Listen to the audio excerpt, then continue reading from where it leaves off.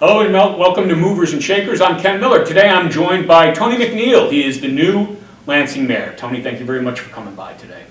My pleasure to be here. We are going to, since we're 6 feet socially distanced, there you go, we're going to take off our masks so the audio can be picked up better in this video. So we're going to take care of that. Tony, and you and I have spoken. We talked, I think, in advance of the last Lansing Connection quarterly magazine. But in early January, you were sworn in as Lansing's mayor, and it's not a new game for you because you've been a city council member, I think, since 2009, if I remember correctly. So you're familiar with how the council operates. What do you view, now that you're becoming mayor, as your earliest priorities? Okay, well, I mean, I think the governing body, excuse me, would agree that the number one priority is still public health and safety of the citizens, at least until we get through the pandemic. So, you know, making sure the citizens are aware of, you know, the state health department, county health department, you know, what they're publishing, and then getting through the vaccination phase, which I think is going to be important, and making sure all the citizens know that. So as far as, you know, initial priorities, that's probably the number one priority, the public health and safety. I would probably say the next priority is business retention, as well as the other side of the coin, which is the development side. Right. But I think it's important for us to focus on the retention of what we currently have. And I think we did a good job with the CARES Act funding that we got and the grants that we handed out. I think we had like 10 businesses that applied for the grants. Right. So I know, you know, I helped present some of those checks. I know those folks were grateful, and some of them really needed the funding. So keeping what we do have here, as far as economics, that's important. The health of our current businesses. On the flip side of that, business development is always an issue. We want to increase our tax base. So, you know, I think coming up with the plan for town center, I know we got a committee set up for that, kind of give us a vision of what that's going to look like, what we do and what we do not want to go into that area. It helps that we now own that property, so we do get a say, which is nice. We're in control. Right. We're in control of that. Right. Yeah. After that, I would say probably the next big thing would be the design of phase one of the park plan. So I mean, we've been planning for a long time. Getting to phase one, I think, is important. So get the design done. I think that includes Kenneth Bernard and City Park. City Park, right. So those two, that'll be important. I think especially after everybody's been holed up, you know, social distancing in their homes, I think it'll be good timing. So figuring out how we're going to fund that as well. Right. So initial priorities, that's kind of what I'm looking at. Sure. You brought up economic development, and I'm going to ask this: were you, or are you, and I am, pleasantly surprised that Lansing, during the pandemic, when we've heard of, especially in Johnson County, you've heard of so many cities and other entities suffering because obviously their revenue stream has been impacted. Right. You know, you look at Quick Trip, you look at Harbor Freight's coming in. We've done pretty well. Are you surprised by that at all? I'm a little surprised that Quick Trip went in at the time they went in. But as you know, that was in the works for what, 7 years? Right. So it wasn't like we started that during the pandemic and got it in. Right. I think Harbor Freight was before the pandemic too. So the fact that they are going in is to our advantage, and I am pleasantly surprised about that. So did you have a question on that? Well, it was more of your reaction. Were you surprised? Yeah, I mean, I think a lot of citizens were surprised. Being on the council and knowing how the development was, going, I wasn't as surprised that they actually showed up. Well, and you brought up too, and I think this is something that people who aren't involved in it day to day, whether that's a commercial development person or a city government person, you're not talking about a 3-week, 3-month process when Quick Trip is deciding where to come in.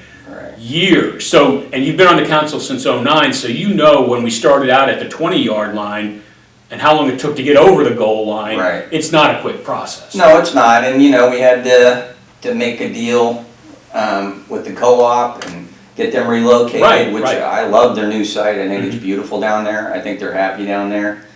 So, you know, that does lead into the idea of owning property and economic development and how that is more advantageous. Right. One of the more important issues, and maybe this is somewhat my opinion, but I think you'd agree, the council is going to face how Lansing continues to fit in regionally. And that's a pretty broad statement, but let's start first with how Lansing fits into Leavenworth County. Politically, I would say there have been bumps and bruises, but there has been some teamwork as well. Let's start with the county though. You're coming on board as mayor. You're the face of city government now, like it or not, right? Yes. So how do you approach the county, or what's your perception of the county relationship? Well, I mean, I know the relationship, and I mean, probably everybody in the city knows the relationship is somewhat strained. And that has to do with us wanting to own and run our own police department. Fire Now, department. yeah, I mean, fire department, Right, I'm sorry. right. So, you know, part of the problem, I would say, we inherit as a governing body in the process of going through that. Probably could have communicated better with the townships prior to deciding that we were going to do that or get out of the agreement. Once we got out of the agreement, as you know, lawyers got involved. Right. Pretty much cut all communications off. So a lot of misinformation being passed around. I think most of that has settled down now. We're back as a member, pending any, you know, legal decision Right. Sure. on that agreement. It's also been strained through some of the transportation projects that have been done by the county. I think, you know, the McIntyre Road project, we wanted them to build that to our specifications in the city. Right. They determined that they didn't want to do that. So there, you know, there's been a few friction points, Right. I guess, with the county. I think our previous mayor, Mike Smith, is now going to be on the commission, is a commissioner. That will help. I've already talked to him. We will be meeting monthly at least. So I think that'll open the communications a little more. I think a lot of times, even on the council, we get surprised because we're not really tied in well with their planning by some of their projects. And, you know, we react late because the project's already started. Right. So getting in early and understanding what their long-range plan is important. And it also will help us dealing with projects that are mutual benefit, like with us in Leavenworth. Right. Or us in Eisenhower Baser. Road. Right. Right. Right.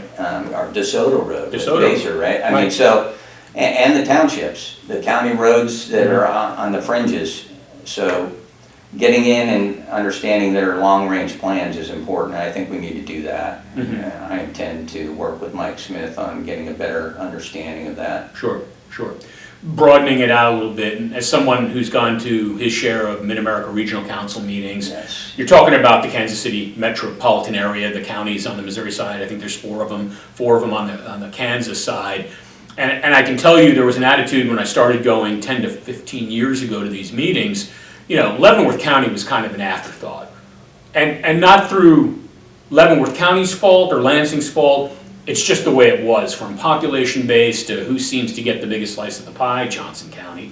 But I think that's improved. And I'll give some props to the county because some of their electeds have begun serving on some of the top boards on the Mid-America Regional Council. So I think Leavenworth County's now a player. Let's put it that way. Yeah. And again, Lansing's part of Leavenworth County, part of Mark, so the pond gets bigger. But what's your perception as far as how much effort we need to make to maybe make a splash on the Kansas City scene? Yeah, I mean, I think one of the things that's driving Leavenworth County being a little, as far as being involved is important. But if you look at the metropolitan area and start drawing rings, you know, North Kansas City is encroaching, right? I mean, we only have a short drive Right. down 7 to get, you know, to what is Prairie Village area, right? So they're continuing to expand into and getting close to our county. So I think that's kind of driving us to participate more and them to look at us a little more on future plans. They're important. I mean, they are the planning organization for the region. They, you know, what, 2 states, 9 counties, I think. Yeah, it might be 9 counties, right? Yeah. 119 cities, something like that. I mean, so a lot of players, you know, they go by priorities, of course, but you have to let your priorities known, right? So, I mean, I think it's important that we stay involved with market and let them know our priorities. Transportation management is one, you know, the Operation Green Light. I mean, that was early on as a council member. I remember that. It was the first time I ever really kind of heard about Mark. So, you know, we need to stay connected, and we need to let them know what our priorities are. Sure. Anytime we can team up with the Leavenworth County Commissioners on priorities, that will help enforce, you know, getting our priorities. Right, and that's a good point, because I think we're stronger when everybody in Leavenworth County approaches Mark, as opposed to Leavenworth saying one thing, Lansing saying something else, and Basehor saying a completely different thing. Right. And that's been encouraged at several levels, including the state. Let me ask you on a personal level, and maybe we should have started the interview this way, because then it broadens out into more policy issues, but we'll hit it now. Talk a little bit about your background, and we covered this a little bit in the article that we did, it was like 3 or 4 months ago. But talk a little bit about your background and how that prepared you for becoming Lansing mayor. Okay, yeah, so I mean, a little of my background, I'm from a very large city, San Jose, California. About 500,000 people when I left, a long time ago, when I was 16. So we moved to the Midwest. My dad drug us out here. He called it the Midwest. It's South Dakota. I thought that was a little north of the Midwest, but it's still in there. Right. The Great Plains. Yes. Yeah, right. I went to high school there, college there, University of South Dakota. Married my current spouse there, Nina, and then joined the Marine Corps. So the Marine Corps kind of drug us around for 20 odd years. I landed at Fort Leavenworth at my last tour, basically in 2001. And we moved on post, didn't really like post, so started looking around for a place to, you know, put down some roots. Sure. We looked all around the area. We loved Lansing, the school system. So, I mean, we decided to buy a house in Lansing in 2002. So we've been here since then. Got 3 kids. Oldest son, Tyler, and his wife, Erica, live in Topeka. So they live close by. Ellie, she lives in town here, like 2 blocks from me. Right. And then my youngest lives in Linwood, Sam. So him and his wife. So I have 3 grandchildren, 3 granddaughters, Sophie, Sadie, and Addie, and I have one on the way. So that's family side. Right. And how we kind of got here. As far as what prepared me, or what I think have prepared me to be mayor, I've been on the board of zoning appeals for a year, then was elected to the city council. Been doing that for about 11 years. So I've learned a lot on the council, and the governing body has taught me a lot. Been through 4 mayors, I think. So I've learned quite a bit from the mayors as well. Right. He came on board when Kenneth Bernard was still Yes. there, right? Yes. Right. So, you know, that and my military background, my position as a DA civilian currently, I've got about 35 years of experience in, you know, leading organizations. I've got a lot of experience in budgeting, finance, human resource management, contracting. I know I was kind of a pain in the butt a lot as a city council member on contracts. So, you know, I think all those experiences all have a play in the role as mayor. I know all the governing body, you know, personally, so I think I have a great relationship with the current council. So I think I think it's going to be a good tour as the mayor. Okay. And I think you touched on this a little bit. My last question is kind of philosophical. What do you see? And again, you've been in different parts of the country. You've been involved with the military. You've been involved with the private sector. You know, a lot of different organizations. But what is the role of local government in your view when it comes to serving the Lansing residents? Let's throw in the businesses too, but mainly the residents of Lansing. Yeah, well, I mean, you know, I think any public servant that's appointed or elected serves at the will of the people and should be serving to the advantage of their citizens. And I say that, you know, we have powers given to us from the state to, you know, policing powers, public service powers, taxation.